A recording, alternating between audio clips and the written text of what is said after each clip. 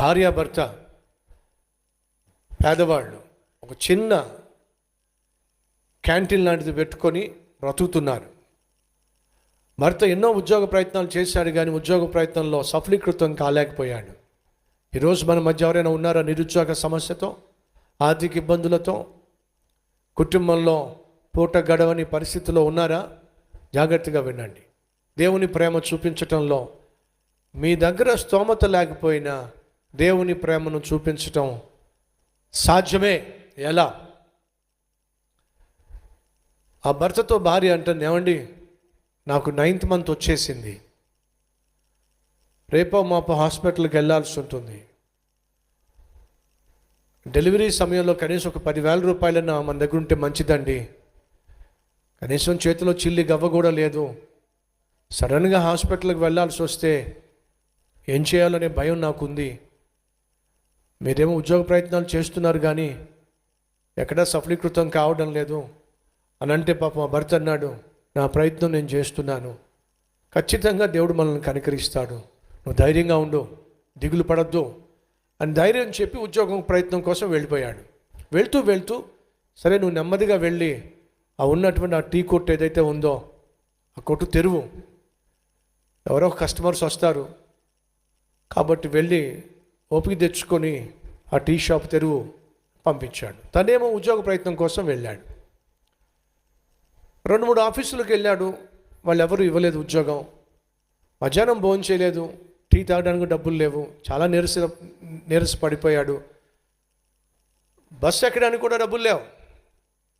ఇంటికి నడుచుకుంటూ వస్తున్నాడు. ఈ మధ్యలో రోడ్డు పక్కన ఒక ఖరీదైనటువంటి కారు ఆగి ఉంది. ఆ ఖరీదైన కారు ఆగి ఉంటే అది చూస్తే అర్థమైపోతుంది చాలా ఖరీదైన కారు అని. దాన్ని గమనించుకుంటూ నడుచుకుంటూ ముందుకెళ్ళాడు.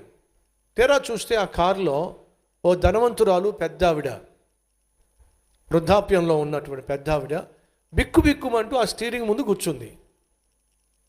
ఎందుకు ఇక్కడ కూర్చుందని చెప్పి జాగ్రత్తగా పరిశీలన చేస్తే టైర్ పంచర్ అయింది. ఆ టైర్ ఎలా మార్చుకోవాలో ఆ ధనవంతురాలికి అర్థం కావటం లేదు. తన ఒంటి నిండా విలువైనటువంటి వస్తువులు ఉన్నాయి. తన భయం ఏమిటంటే ఎక్కడ కారు దిగి ఒకవేళ ఎవరి సహాయమైనా తీసుకొని టైర్ మార్చుకునే ప్రయత్నం చేస్తే తనను కొట్టి కారు పట్టుకెళ్ళిపోతారనే భయం. భయపడుతున్న ఆమెను చూసి ఇతను బయట నుంచి సైకిల్ చేశాడు.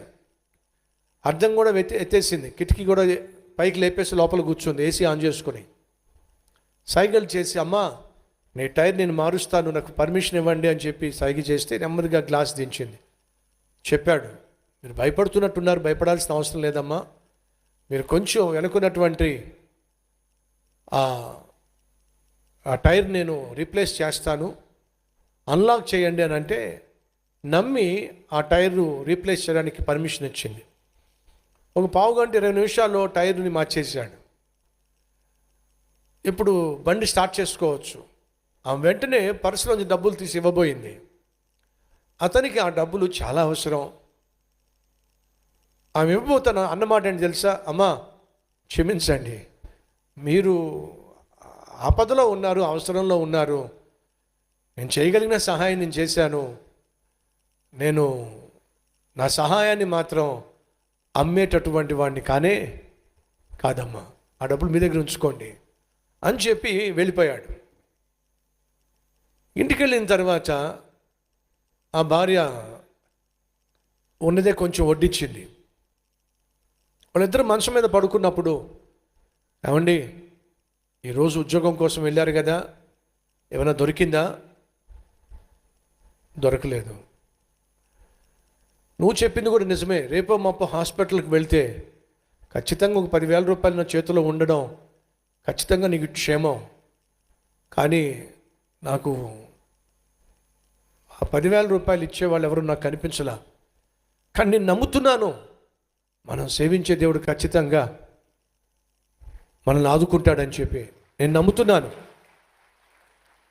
అప్పుడు ఆ భార్య ఒక మాట అందండి, ఏమండి మీ విశ్వాసం నిజంగా గొప్పదండి, మనం నమ్ముతున్న దేవుడు ఖచ్చితంగా ఆదరిస్తాడని చెప్పి మీరు అన్నారు చూసారా, అంటా ఉంటారు చూసారా, ఆయన ఆదరించాడండి. ఆదరించాడా? ఏమైంది?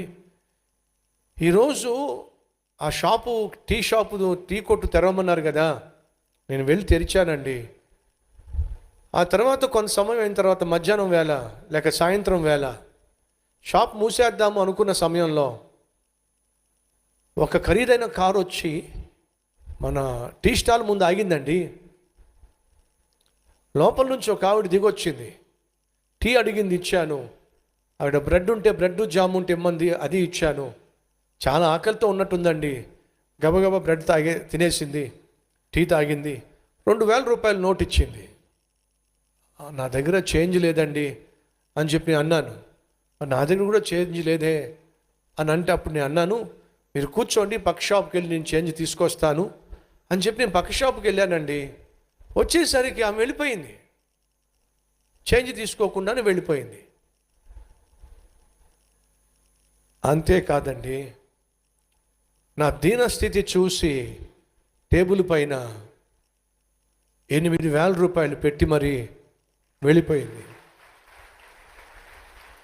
మొత్తం ఎంత కావాలి? 10,000 రూపాయలు.